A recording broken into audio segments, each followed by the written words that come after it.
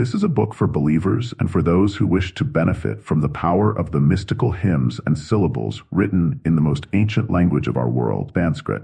Every word in Sanskrit can be sung and assigned to a rhythm. Every Vedic scripture is in fact a poem, and Vedvyasa, first practitioner of Kundalini on earth, the great sage who compiled many texts, including the division of the 4 primary Vedas, was called the greatest poet of Sanatana Dharma, commonly known as the Hindu religion. You just have to read some scriptures of the Sanatana Dharma to get a glimpse of how ancient and advanced this knowledge is. I reiterate, if you don't believe in Vedic scriptures and similar other exegetical texts, you will not benefit from this book. A sadhaka, aspirant on the path of mantra yoga, cannot succeed without reverence and devotion. This has been my unfailing experience. Real devotion makes you humble, melts you, transforms you. If you have longed to be one with God by chanting the holy names, or if you have wondered about the ancient science of mantras but couldn't find a guru to guide you, you have the right book in your hands. By the time you finish reading this book, you'll know all there is to know about mantra yoga. Certainly enough to get you started. It might seem far-fetched and may even challenge human intelligence, but there are indeed more than 2 billion Earth-like planets with life forms in our universe. Many Earths have existed and perished before our planet even came into existence a few billion years ago, and many will be raised to dust in times to come. Shiva had just returned to Devi from his abode, Kailasha, after an intense meditation and solitude lasting 80,000 human years. The Mahayogi had never taken anyone to Kailasha at the time, not even Devi. Even the tiniest interference in his meditation could send ripples in the cosmic consciousness, causing chaos in the entire creation. 2 billion light-years away from Shiva's Kailasha, and 300 trillion years ago, on a beautiful planet abound with tall trees, dense forests inhabited by 2, 4, and 8-legged creatures, there lived Devi, Empress, with her eternal consort, Shiva. All life forms lived in perfect harmony, for their brains were wired differently. The gravitational force of the planet was less than 1/10 of our current one. As a result, feelings of happiness lasted 10 times longer. Less food gave them sufficient nutrition and satisfaction. The concept of money did not exist. There was no trade nor bargain. There was no need for all that, as they could manifest whatever they so desired. Seasons came and went on time. Light was the primary vehicle of travel. The element of fire did not exist back then. There was heat from their sun, there was light, but no fire to disrupt the inner or outer harmony. Chintamani Griha, palace of Devi, was unlike anything else in the whole of creation. A glimpse of glory of the Empress. Magnificent arched roofs carved most exquisitely rested on pillars that ran a few 100 feet high. Those pillars, studded with rare jewels, gems, and stones, would reflect light from the sun to light up the entire palace. Toward sunset, which occurred once every 72 hours, the light would dim automatically. Some gems would retain light and some heat, which was exuded softly throughout the night, which also lasted 72 hours. The mellifluous sounds of Devi's anklets, tinkling of her bangles, could be heard at her slightest movement. Duality of light and dark, sound and silence, hot and cold added to the color of life and its beauty. Such duality was external phenomena, though. In the minds of its inhabitants, there was no notion of sadness, jealousy, possessiveness, or envy. Even for Shiva, it was a welcome change from the austere environment of Kailasha, where he would be tired from intense meditation. Here, Nityas, companion energies of the Devi, prepared the finest food, fragrant and divine, well transcending the 6 tastes known to humans today. Gandharvas sang most beautiful ragas and played instruments imperceptible in today's world. One of Shiva's favorite was a large drum the size of a big lake. One beat at the edge of that drum would produce drone, bass ripple for the next 8 hours. The day at Shiva's arrival, there was much joy, excitement, and bliss in the air. Devi washed Shiva's feet, Nityas bathed him, yoginis anointed him with the rarest unguents. Yakshinis prepared the fragrant pool of water where Shiva sported, and Devi pressed his tired limbs. Nothing about Shiva's smile, his shapely yogic body, and his intoxicating voice gave away the austerities he had practiced in the last 80,000 years. 1 million years passed in great bliss at Chintamani Griha. "I must leave for Kailasha," Shiva said to Devi one night, soon after an evening of bliss and union, of celestial music and festivity. The long drapes of their palatial room were swaying with the gentle breeze. Various stones and pillars were emitting soft light in different colors. "Why, Lord?" she murmured. "Your creation is so beautiful. Everything is perfect. Forgive me for asking, but why do you go to Kailasha?" Shiva laughed at Devi's innocence. "To carry out my task of transformation, which some call destruction, I go to Kailasha to sit in one-pointed concentration. This is not the only planet in the creation," Badre took her outside and said, pointing to the dazzling vast universe. "See all those stars? Some of those planets have life forms just like ours, and on many of them people don't have an empress like you. They are not graced with my physical energy for so long. Some have a different composition, and their elements are different, giving birth to various kinds of life forms. As a result, there's more grief and suffering on those planets." "I understand grief," Devi said. "I experience it every time you leave for your solitude. But what is suffering?" "When due to ignorance you can't get over your grief, your sorrow," Shiva said, "it is suffering." Devi struggled to understand the concept of suffering. She was Sumangali and Sukhakari, an embodiment of auspiciousness and happiness. Above all, she was Nitya Yovana, eternally youthful, well-endowed, the splendid empress who lived in perfect harmony and had no insecurities. No doubt, her heart would sink every time Shiva left for Kailasha, but it would last less than a fraction of a moment in that flawless creation. She could feel Shiva still always a part of her. "Can I see suffering?" Devi asked innocently. "Suffering can only be experienced. You can see people who are sad, unhappy, but you may not experience suffering, for suffering is individual karma." "What is sadness and unhappiness, Nath? I want to see those too." The wind stopped blowing. The twinkling stones turned gray and stopped emitting light. "Oh, Badre," Shiva lamented, losing his equanimity for a moment. "What have you just said? In my presence, you expressed a desire that is going to have eternal repercussions." Shiva looked at a far-off point in the universe. He was suddenly withdrawn and introspective. Unaware of the feelings of fear or grief, Devi did not understand what the Mahayogi meant. But Shiva knew what was coming ahead, and that the creation had to enter into the second stage, a stage where Devi, in the form of energy or movement, would play an integral role in creation, sustenance, and destruction. The Mahayogi agreed to take Devi on an excursion where she could see other life forms ailing from various emotions and afflictions, so she could see suffering. Holding her delicate pink hand in his slender and fair one, Shiva took her across many universes. In a journey that lasted 10,000 human years, Devi saw people quarreling, fighting, diseased, dying, stressed, killing themselves and others, crying and wailing. She saw the whole gamut of sorrows, emotions, their karma, but she still didn't understand why they were at unrest, or what suffering was. "You'll have to be a part of their world, that creation, Devi," Shiva reasoned, "to understand their plight."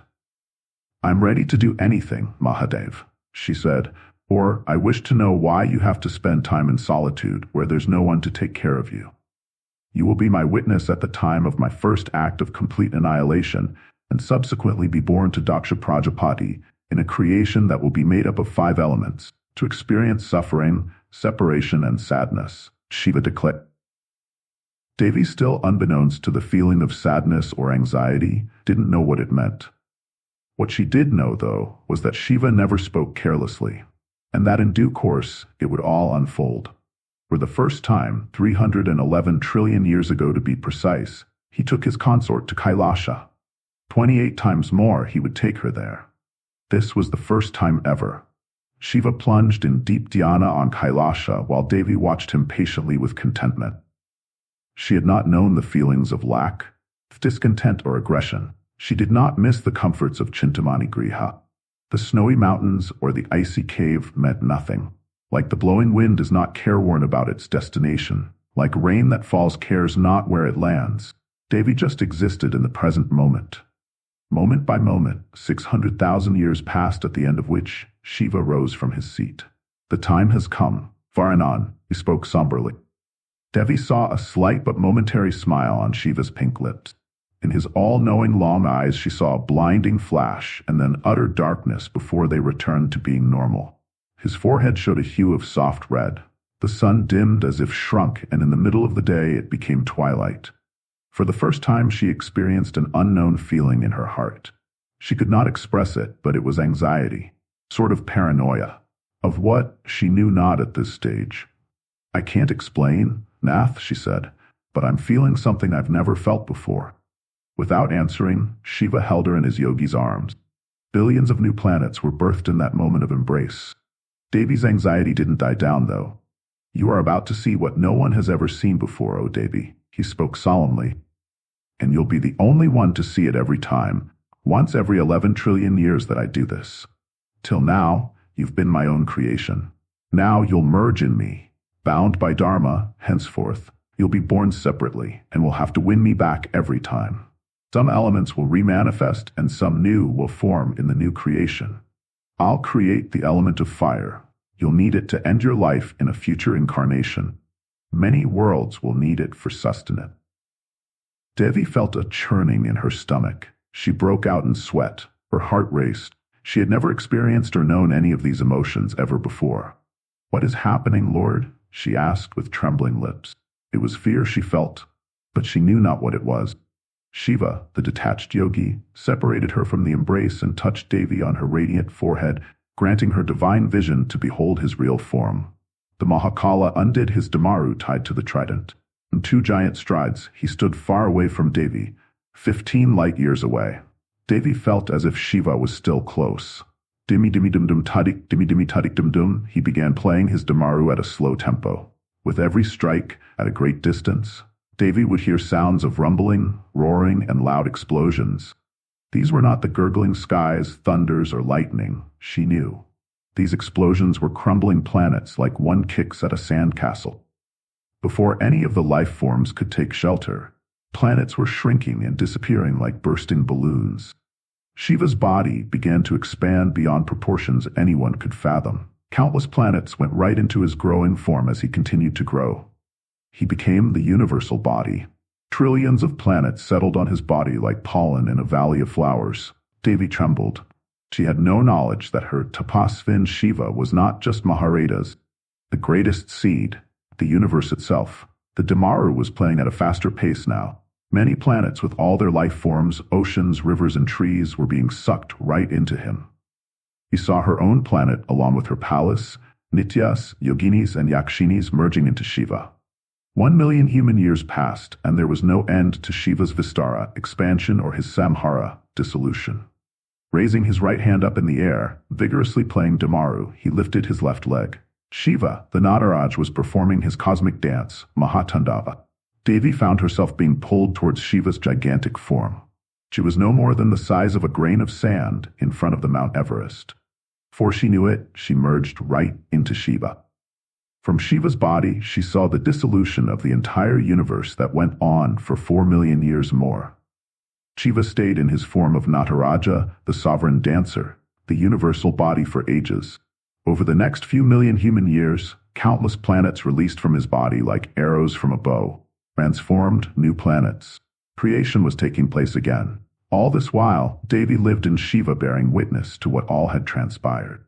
Maheshvara Mahakalpa, Mahatandava Sakshini Devi, Shiva's own feminine and kinetic aspect, was the only witness of Mahatandava. For sound is kinetic energy. Sound cannot be static. The vigorous play of damaru created many sounds that lay scattered in the universe for eon. 70 million different sounds manifested that covered the entire spectrum of all mantras to be ever created. At the end of the first cycle of dissolution, the new creation took 16 billion years before the first life form appeared. The end of nearly 11 trillion years from Shiva's Mahatandava, Earth was created in the universe. This was when Devi was born to Daksha Prajapati and Queen Prasuti and married Shiva. She remembered what all she had been through and how long she had waited.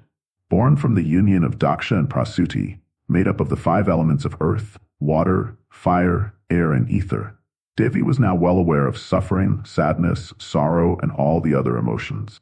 O Virupaksha, the ruler of all energies, Devi humbly addressed Shiva, recalling the time when all she knew was bliss in her abode. When I lived in Chintamani Griha, I did not know jealousy, envy, or any of the negative emotions. I did not know what was suffering. Now I do, and it is very painful. Shiva kept his yogic gaze fixed and lowered it a bit more to indicate that Devi could continue talking. gentle smile on his chiseled face as if carved by the perfect sculptor. I have you, she continued. I see you and I only feel bliss. But what about the rest of the creation? I saw infinite planets shooting out of you, and billions of such planets have life forms. Why do they have to go through suffering? The various elements are in play, Gore. The Mahayogi spoke like rain clouds gathering in the sky. There's no suffering, only ignorance. What people call suffering is merely their perspective, born out of ignorance. It may well be, Nath, but it's extremely painful. It makes everything feel worthless, causes fear and anxiety. People don't know they are ignorant. What can they do? They must remain connected to the source, the universal energy, Shiva replied. For the source has all the wisdom anyone ever seeks. And how can they do that? The easiest would be to pick any sound my Damaru created. Everything in its current form originated from those sounds. But no one heard it other than me, Devi contended. I was too spellbound watching the cosmic dance of dissolution, and there's no way I can ever recall all the sounds your Damaru made. 1 AIU 1 2 Re K3 4 IAU C5 Hayavara 6 Lon 7 Nyama Anana and 8 Jaban 9 Gata Dash 10 Jaba Gada Dash 11 Kafachata Katati 12 Kapai 13 Shashasar 14 Ha-El. These 57 letters came to be known as Maheshvara Sutra and formed the basis of the most ancient spoken language in the world, Sanskrit. Each letter belonged to one of the 5 elements, earth, water, fire, wind, or space. On the path of mantra yoga, when an aspirant selects a mantra for siddhi, ideally, he should consider matching the element of the mantra with his own. This is called Kula Akula Vichar and is covered in the chapter, Selecting the Right Mantra. The importance of the sounds emanating from Shiva's Damaru was not limited to the creation of the first language, but a lot more. The 14 categories gave birth to 14 essential tattvas, elements, in the whole of creation. They were the 5 core elements of Prithvi, earth, Jala, water, Tej, Vayu, air, and Akash, ether. 3 modes of material nature, Sattva, goodness, Rajas, passion, and Tamas, ignorance. Chatusha Antakaran, 4 aspects of mind, of Manas, mind, Buddhi, intellect, Siddha, fluctuations of mind, consciousness, and Ahamkara, ego, masculine energy, Shiva, and feminine energy, Shakti. There are 28 spokes around Shiva's cosmic form of Nataraj, the dancer. Shiva was given the epithet of Nataraja when he did the Tandava. These 28 spokes represent the continuous cycle of creation and destruction in the form of the lunar calendar. The 14 categories of Maheshvara Sutra represent the 14 dates of the lunar calendar. The 15th date being Shiva himself, new moon or full moon, and the 16th or Shodashi became the Devi at the cusp of each Paksha, moon phase. Together, these 28 dates created one of the most important aspects of human existence, a woman's menstrual cycle. All existence is simply an arrangement of silence and sound, or simply sound at different frequencies. Silence, too, is a type of sound. Science believes that there are 2 types of energies, potential and kinetic. Mantra science says the same thing but takes it a step further. In mantra yoga, while kinetic energy is an aspect of potential energy, the movement in energy causes sound. When this sonic aspect of energy is harnessed or channelized, it becomes the creative energy.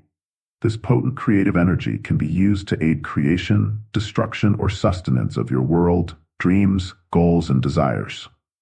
Mantra yoga is about going to the source of all sounds, the first voice, the originator, so you may connect with the universe at a different level altogether, a level beyond comprehension to an average mind.